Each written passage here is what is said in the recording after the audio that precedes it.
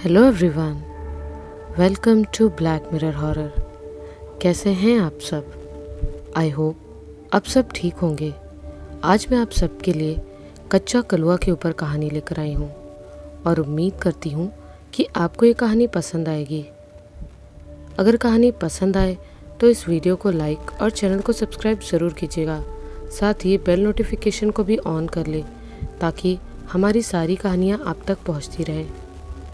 चलिए अब ज़्यादा देर ना करते हुए हमारी कहानी शुरू करते हैं। झांसी के एक छोटे से गांव के अंदर एक घर में एक बड़ा परिवार रहता था। हर कोई वहां कमाई के लिए जाता था, बस घर का सबसे छोटा बेटा कोई काम नहीं करता था। पूरे दिन भर घर में पड़ा रहता और कभी कभी घूमने के लिए जाता तो आधी आधी रात को घर आता।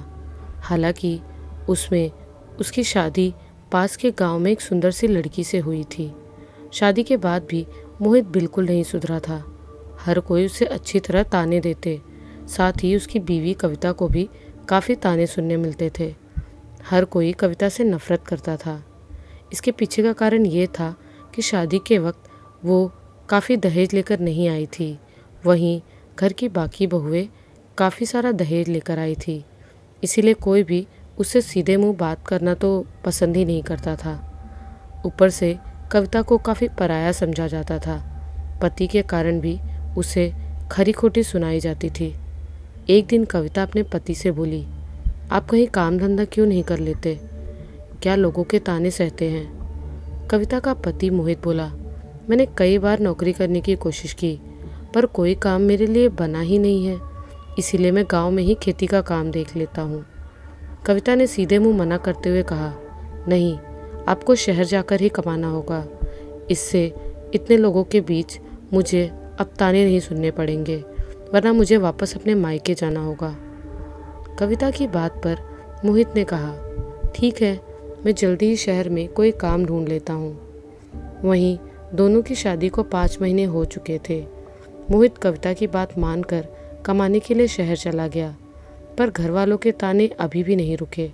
पति के जाने के बाद उसका और भी बुरा हाल हो गया। लोग उसे और भी बुरा भला कहने लगे। कविता से ये सब बिल्कुल बर्दाश्त नहीं होता था, पर वो मजबूरन इन सबको बर्दाश्त कर रही थी। कविता खुद के लिए खाना भी अलग बनाया करती। एक दिन की बात है, घर में सब लोग खाना खा रहे थे। वहीं कविता रसोई में बैठी हुई खुद के लिए रोटी बना रही थी। अचानक से बाहर आंगन में घर की बड़ी बहू रीना अपने कमरे से हैरानी के साथ बाहर निकल कर आई और गुस्से से चिल्लाते हुए बोली, जब घर में चोर को रखेंगे तो घर में चोरी होगी ही। रीना की बात सुनकर उसकी सास बोली, क्या हुआ? इस वक्त ऐसी बातें क्यों कर रही हो? अपनी सास की बात सुनकर रीना तुरंत पलट कर बोली, तो कब बोलूं?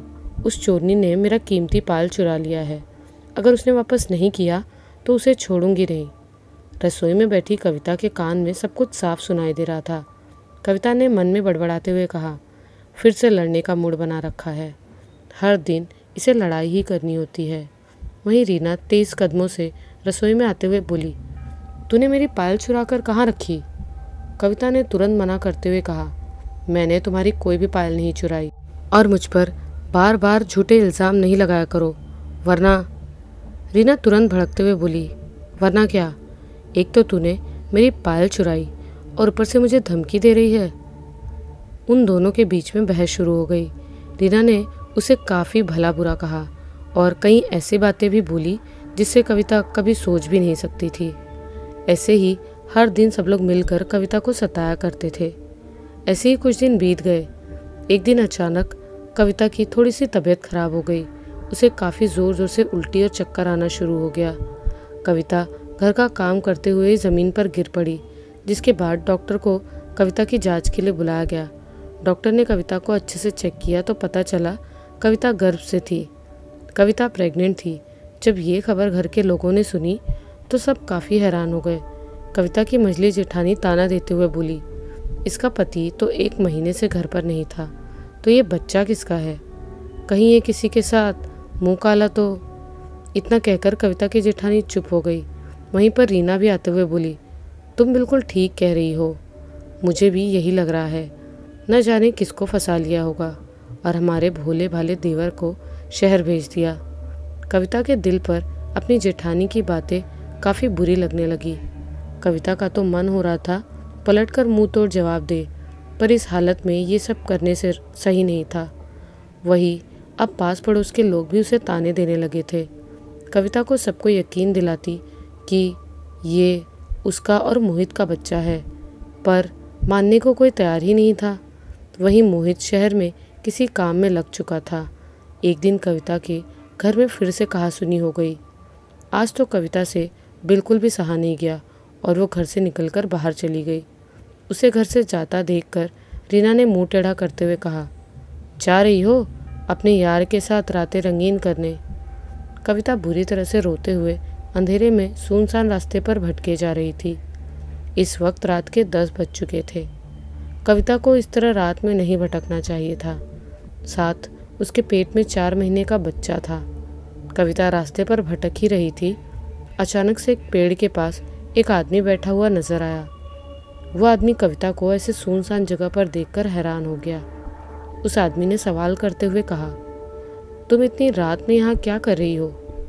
यहाँ ऐसे घूमना सही नहीं है तुम्हारे लिए। कविता ने तुरंत उदासी भरे लहजे में कहा, मेरी फिक्र मत कीजिए, मैं अपने घर से काफ़ी दूर जाना चाहती हूँ, कोई मुझे देखना नहीं चाहता। इस पर कविता ने उस आदमी को अपनी सारी कहानी सुनाई, जिससे सुनने के बाद वो आदमी बोला, तुम्हारे साथ बिल्कुल सही नहीं हुआ, पर तुम चाहो तो किसी से बदला लेना तो आसानी से ले सकती हो। उस आदमी ने मुस्कुराते हुए कहा, तुम चाहो तो मैं तुम्हारी मदद कर सकता हूँ। उस आदमी की बात सुनकर कविता बोली, पर वो कैसे? उस आदमी ने फिर मुस्कुराते हुए कहा, मैं एक तांत्रिक हूँ और बिल्कुल सही इंसान के पास आई हो तुम। मैं तुम्हारी मदद करने के लिए तैयार हूँ, अगर तुम चाहो तो। इसके बाद कविता ने थोड़ा सोचने के बाद कहा, लेकिन आप करेंगे क्या? कैसे करेंगे मेरी मदद? इस सवाल पर तांत्रिक ने सीधा कविता के पेट की तरफ इशारा करते हुए कहा, तेरा ये बच्चा तेरी मदद करेगा। जिसने तुझे उल्टा सीधा कहा सबसे बदला लेगा। क्या? ये तो अभी गर्भ में है, कविता ने हैरानी के साथ कहा। इस पर तांत्रिक ने तुरंत कहा, हाँ, बस तुझे एक काम करना होगा, उसके बाद सब हो जाएगा। कविता ने तुरंत पूछा, क्या? इस पर तांत्रिक ने चतुराई मुस्कान के साथ कहा, तुझे अपने गर्भ में पल रहे बच्चे की जान देनी होगी। कविता ने गुस्से में बौखलाते हुए कहा, तुम्हारा दिमाग तो सही है ना तांत्रिक? तुम्हारी हिम्मत कैसे हुई ऐसा बोलने की? इस पर उस तांत्रिक का चेहरा हल्का सा उतर गया। तांत्रिक ने तुरंत कहा, तेरे पेट में पल रहा बच्चा तेरे दुश्मनों को अच्छी तरह सबक सिखा सकता है और ये हमेशा तेरे साथ रहेगा, बस किसी और को दिखाई नहीं देगा। कविता ये बात सुनकर काफ़ी गुस्से में आ चुकी थी, लेकिन लोगों के तानों का भी बदला उसे लेना था। तांत्रिक बार बार कविता पर जोर बनाए जा रहा था कि वो तांत्रिक की बात मान ले। वहीं कविता भी धीरे धीरे तांत्रिक की बातों में आ चुकी थी। तांत्रिक ने कविता से कहा, तो बताओ, क्या तुम तैयार हो? कविता ने थोड़ा हिचकिचाहट के साथ हामी भरते हुए कहा, हाँ, मैं तैयार हूँ। इस पर वो तांत्रिक काफ़ी खुश हो उठा। तांत्रिक कविता को लेकर शमशान घाट की तरफ जाने लगा। कविता भी चुपचाप तांत्रिक के साथ शमशान घाट की तरफ चल पड़ी। शमशान घाट पहुंचते ही कविता ने अपनी नज़रें एक बार चारों तरफ फेरी।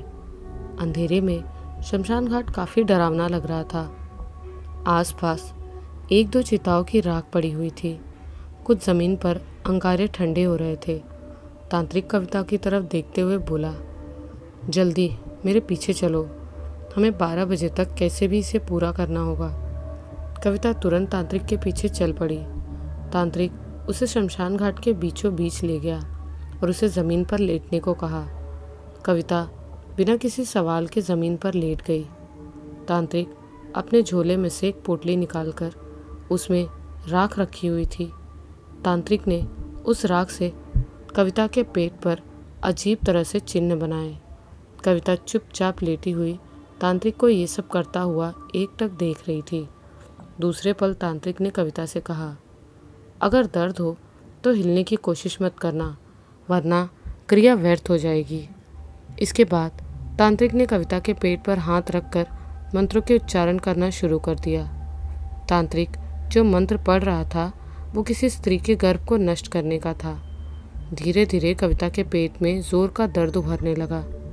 कविता के लिए दर्द वक्त के साथ साथ बर्दाश्त से बाहर होने लगा था। कविता दर्द से कराहने लगी। उसकी कराहती आवाज़ काफ़ी तेज गूंजने लगी थी, पर तांत्रिक लगातार मंत्रों के उच्चारण करते जा रहा था। कविता की चीख किसी के कान को फाड़ सकती थी। साथ ही वो काफ़ी छटपटाने की कोशिश कर रही थी, लेकिन तांत्रिक ने उसे पकड़ रखा था। बाकी का शरीर उसका मानो ज़मीन पर अकड़ सा गया हो। तांत्रिक का जैसे ही मंत्र पूरा हुआ, उसके साथ ही कविता की फिर से काफ़ी तेज़ चीख निकली। इसी के साथ कविता का गर्भ नष्ट हो गया। कविता ज़मीन पर निढाल हो पड़ी हुई थी। ऐसा लग रहा था जैसे उसके शरीर में जान भी ना हो। तांत्रिक ने कविता के पेट से अपना हाथ हटा लिया और उठ खड़ा हुआ। वहीं पास ही कविता का बच्चा खून से लथपथ ज़मीन पर पड़ा हुआ था। कविता की हिम्मत नहीं हो रही थी कि वो एक बार उठकर अपने बच्चे को देख सके। तांत्रिक कविता से बोला, उठने की कोशिश करो, इसके आगे की क्रिया हमें जल्दी करनी होगी। कविता ने उदासी भरे लहजे में कहा, इसके आगे अब और क्या करना है? तांत्रिक ने तुरंत जवाब दिया, इसे दफन करना होगा, इसी शमशान घाट के अंदर कोने में। तांत्रिक तुरंत शमशान के कोने में जाने लगा और वहाँ कविता को आने का इशारा किया। कविता अपने मरे हुए बच्चे को लेकर गई। तांत्रिक के पास एक ज़मीन पर गड्ढा खुदा हुआ था। कविता ने अपने बालक को उसके अंदर दफना दिया। कविता के मन में कुछ सवाल चल रहे थे। कविता ने तुरंत पूछना सही समझा, हम बच्चे को दफना क्यों रहे हैं? तांत्रिक ने कविता के सवाल पर जवाब देते हुए कहा, गरुड़ पुराण के अनुसार यदि किसी महिला के बच्चे की गर्भ में मृत्यु हो जाती है या फिर 2 साल से कम उम्र के बच्चे की मृत्यु हो जाती है तो उसे जलाने की बजाय दफनाया जाता है। तांत्रिक ने आगे अपनी बात पूरी करते हुए कहा, इसका कारण ये है कि जब कोई शिशु जन्म लेता है तो उसमें मोह माया नहीं होती, जिससे आत्मा का शरीर को लेकर कोई लगाव नहीं होता, और ऐसी स्थिति में अगर शिशु की मृत्यु हो जाती है तो आत्मा शरीर आसानी से छोड़ देती है। यही कारण है कि 2 साल के ऊपर के मृत शरीर को पंच तत्वों में विलीन किया जाता है, पर नन्हे शिशु को अपने शरीर से मोह नहीं होता, इसीलिए उसे दफनाया जाता है। तांत्रिक की बात सुनकर कविता ने बिना कोई सवाल किए अपने बच्चे को काले रंग के कपड़े पर रखकर उसे गड्ढे में डाल दिया। इसके बाद तांत्रिक ने उस बच्चे के शरीर पर थोड़े से लाल सिंदूर डाला और जल्दी से बच्चे को दफन करने लगा। कुछ ही घंटे में सारा काम निपट चुका था। तांत्रिक कविता की तरफ देखकर बोला, तुम्हें लगातार 15 दिन पर यहाँ पर मदिरा चढ़ानी होगी, और याद रहे ये करते हुए तुम्हें किसी भी आवाज़ पर ध्यान नहीं देना। उसके बाद आगे की क्रिया होगी। तांत्रिक की बात पर कविता ने हामी भर दी। इसके बाद वो तांत्रिक वहाँ से चला गया। कविता वापस घर लौट गई। अब कविता घर वालों के ताने पर ज़्यादा ध्यान नहीं देती, बस अपने मन में एक बात बोलकर चुप हो जाती, जल्दी ही तुम सभी का विनाश होगा। इसके बाद कविता रोज़ रात में तांत्रिक के कहे अनुसार अपने पल्लू से शराब की बोतल छुपा कर ले जाती। घर से निकलते वक्त पूरी तरह से सावधानी बरतने लगी। वो रोज़ रोज़ जाती और थोड़ी सी शराब गिराकर चली आती। शुरू के कुछ दिन तक तो कविता आराम से शराब चढ़ाकर चली आती, पर 10 दिन के बाद जब कविता शराब लेकर शमशान घाट में उसी जगह पर पहुंची तो उसे किसी और के होने का एहसास होने लगा। ऐसा लग रहा था पास में झाड़ियों के अंदर से कोई उसे घूर रहा हो। कभी कभी दांत किटकिटाने की आवाज़ भी सुनाई देती। कविता फट से इधर उधर देखने लगती, लेकिन उसे कोई दिखाई नहीं पड़ता। वो जल्दी से शराब चढ़ाकर चली आई। अब तो उसे घर से आने जाने में भी दिक्कत होने लगती थी। घर के लोगों को कविता पर शक होने लगा था।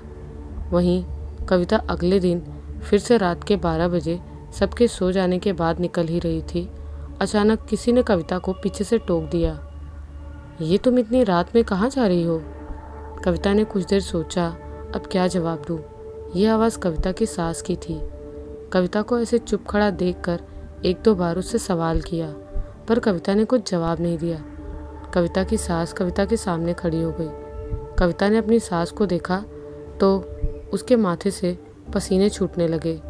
कविता ने हकलाते हुए शब्दों में कहा, वो मेरा थोड़ा पेट खराब है, तो खेत की तरफ जा रही थी। कविता का जवाब सुनकर उसकी सास थोड़ी नॉर्मल होकर बोली, सच कह रही है ना, या किसी और से मिलने तो नहीं जा रही? कविता ने तुरंत ना में गर्दन हिलाते हुए कहा, नहीं माँ जी, मैं जल्दी से आ जाऊंगी। इसके बाद कविता की सास दरवाजे से हट गई। कविता जल्दी से घर से बाहर निकल पड़ी।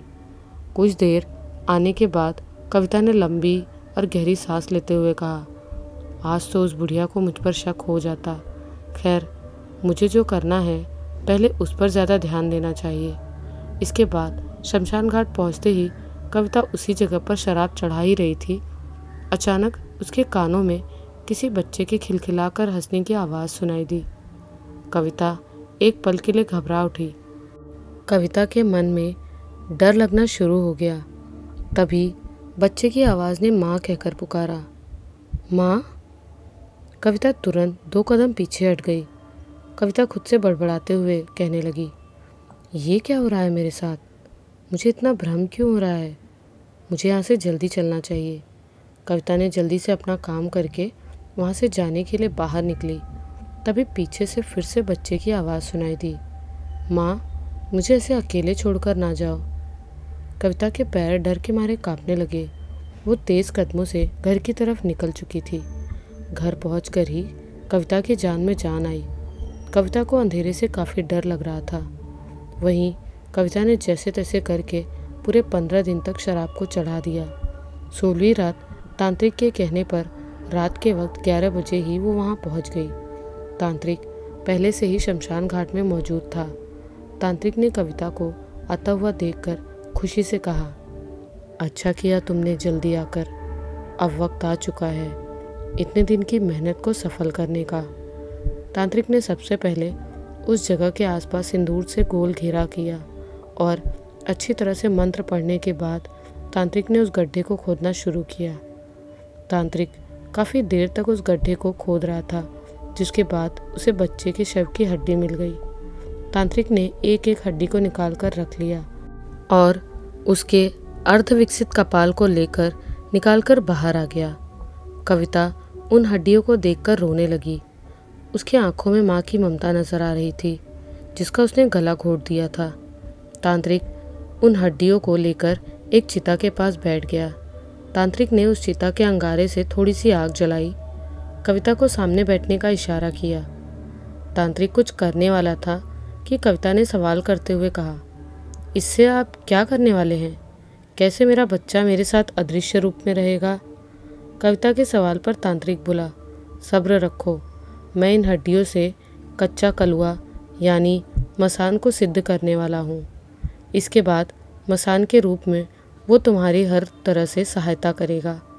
कविता ने तुरंत पूछा, पर एक छोटे बच्चे की आत्मा इतनी शक्तिशाली कैसे हो सकती है जो मेरी मुसीबत को दूर कर दे?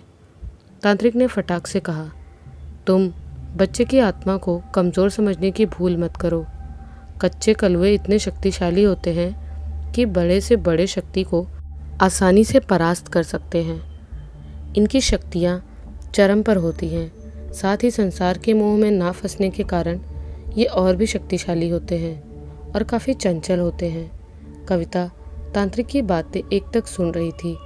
तांत्रिक आगे कविता को बताते हुए बोला, किसी भी कठिन कार्य को मसान यानी कच्चा कलुआ इतनी जल्दी सिद्ध कर देगा जो किसी के करने के बस की बात नहीं होगी। इससे दुश्मन के गर्भ को भी नष्ट कराया जा सकता है। अगर किसी दुश्मन पर कच्चा कलुआ प्रयोग कर दिया जाए तो उसकी मौत काफ़ी दर्दनाक तरीके से होती है। तांत्रिक के मुंह से कच्चे कलुए की बात सुनकर कविता काफ़ी हैरान थी। कविता ने तुरंत पलटकर कहा, तो मेरे बच्चे को मसान यानी कच्चा कलुआ के रूप में सिद्ध करना होगा। हाँ, एक और बात, कच्चा कलुआ मंदिर और किसी भी पवित्र स्थान पर आराम से आ जा सकते हैं। इन पर किसी चीज़ का कोई नियम लागू नहीं होता। तांत्रिक ने कविता को थोड़ी बहुत जानकारी देते हुए कहा। इसके बाद तांत्रिक ने कच्चा कलुआ सिद्ध करने के लिए उन हड्डियों के एक टुकड़े को उठाकर आग पर रख दिया। जैसे ही आग की लपटें हड्डियों को छूते तो उन छोटी और लचीली हड्डियों में से एक तरल पदार्थ निकलने लगा जो टप टप कर चू रहा था। तांत्रिक उन हड्डियों को एक एक करके जला रहा था और मसान सिद्ध साबर मंत्रों का उच्चारण करते जा रहा था। कुछ पल बीते ही थे कि अचानक से किसी के रोने की हल्की हल्की आवाज़ सुनाई देने लगी। कविता ने तुरंत इधर उधर देखते हुए तांत्रिक से कहा, ये बच्चे की रोने की आवाज़ कहाँ से सुनाई दे रही है? तांत्रिक ने कोई जवाब नहीं दिया और लगातार साबर मंत्र का उच्चारण करता रहा। देखते ही देखते बच्चे की ज़ोर से चीखने की आवाज़ भी सुनाई देने लगी, जैसे कोई बच्चा दर्द से बुरी तरह तड़प रहा हो। कविता के कान में बच्चे की कराहती हुई आवाज़ सुनाई दी, माँ मुझे बचाओ, बहुत दर्द हो रहा है माँ, मुझे इतनी बुरी तरह सज़ा मत दो। उसकी चीख की आवाज़ कविता के दिल को बुरी तरह दहला दे रही थी। उसका दिल बेचैनी के साथ कांपने लगा था। कविता घबराते हुए तांत्रिक से बोली, ये किस बच्चे की चीखती हुई आवाज़ सुनाई दे रही है? कहीं मेरा बच्चा दर्द से चीख तड़प तो नहीं रहा ना? तांत्रिक ने मंत्र पूरा करने के बाद बोला, हाँ ये तुम्हारे ही बच्चे की आवाज़ है। तांत्रिक की बात पर कविता घबराते हुए बोली, उसे इतना कष्ट मत दो, बेचारा सह नहीं पाएगा। तांत्रिक ज़ोर से भयानक तरह से हंसते हुए बोला, अगर उसे तड़पाऊंगा नहीं तो वो काबू में कैसे आएगा? अभी भी तांत्रिक और कविता को कच्चा कलवा नहीं दिख रहा था। तांत्रिक और भी बच्चे की हड्डी को आग में जलाया जा रहा था। तांत्रिक ने आसपास देखते हुए कहा, जल्दी मेरे सामने आ जा, इतना दर्द नहीं सहना पड़ेगा तुझे। तांत्रिक के बोलने के कुछ देर के बाद अचानक एक काफ़ी छोटा सा बच्चा वहाँ धुंधला सा दिखाई पड़ने लगा। वो बच्चा देखने में पूरे काले रंग का था। उसकी आंखें सफ़ेद रंग के गोले के अंदर थी। साथ ही उसकी आंखों की पुतली का रंग पूरा लाल था, जैसे उसकी आंखें खून से बनी हुई हो। कविता ने अपनी ज़िंदगी में पहली बार किसी बच्चे का रूप इस तरह का देखा था। तांत्रिक उस बच्चे की तरफ इशारा करता हुआ बोला, ये देख तेरा बच्चा, जो अब एक शैतान बन चुका है। कविता उस बच्चे को एकटक देखे जा रही थी। तांत्रिक कविता को ऐसे खामोश देखकर बोला, जल्दी करो, बच्चे से वचन मांग लो, वरना ये कुछ ही क्षण में यहाँ से गायब हो जाएगा। क्या वचन मांगना है? कविता ने सवाल करते हुए पूछा। इस पर तांत्रिक ने कविता को बताया, इससे ये वचन मांग कि तेरे बुलाने पर आ जाए और तुझे कभी छोड़कर दूर ना जाए। तांत्रिक के कहे अनुसार कविता ने वही वचन दोहरा दिया, जिसके बाद उस कच्चे कलुए ने तुरंत मानने के लिए हामी भर दी। तांत्रिक ने खुश होते हुए कहा, जाओ, तुम्हारा किया बलिदान सफल हो गया। अब तुम्हें जो कोई परेशान करेगा उसे कच्चा कलवा खत्म कर देगा। उस बच्चे की आत्मा धीरे धीरे कविता के करीब चलते हुए आने लगी। ये देखकर तांत्रिक ने तुरंत कहा, जल्दी इसे खाने के लिए मांस और शराब दो। क्या? एक छोटे बच्चे को मांस और शराब?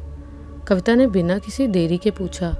तांत्रिक ने तुरंत कहा, वो इंसान नहीं है जो कुछ खा पी नहीं पाएगा, वो एक शैतान है और शैतानों का भोग वही होता है। अब सवाल जवाब मत करो और जल्दी करो। कविता ने पहले से ही मांस और शराब का इंतज़ाम कर रखा था। उसने जल्दी से बकरे का कच्चा मांस और शराब सीधा परोस दिया। वो बच्चा सीधा उस मांस की तरफ खिंचा आया। कच्चे कलुए ने अपने नन्हे हाथों से मांस को उठाकर मुंह में डालना शुरू किया। जैसे ही मांस मुंह में रखता, वो कब चबाकर खा जाता कविता को मालूम ही नहीं चलता। नन्हे हाथों से उसने कब ढेर सारा मांस एक चुटकी में ख़त्म कर दिया और शराब को भी एक घूंट में ही ख़त्म कर दिया। इसके बाद वो बच्चा सीधा कविता की तरफ बढ़ने लगा। कविता उसे अपने पास आता हुआ देखकर खुद को रोक ना पाई और उसे देखकर रोते हुए बोली, बेटा मैंने ये तेरे साथ क्या कर दिया? कच्चा कलुआ चुपचाप अपनी माँ के पास बैठा हुआ था। उतने में तांत्रिक ने कहा, जाओ इस बच्चे को अपने साथ ही रखना, ये बच्चा तुम्हारे अलावा किसी और को दिखाई नहीं देगा।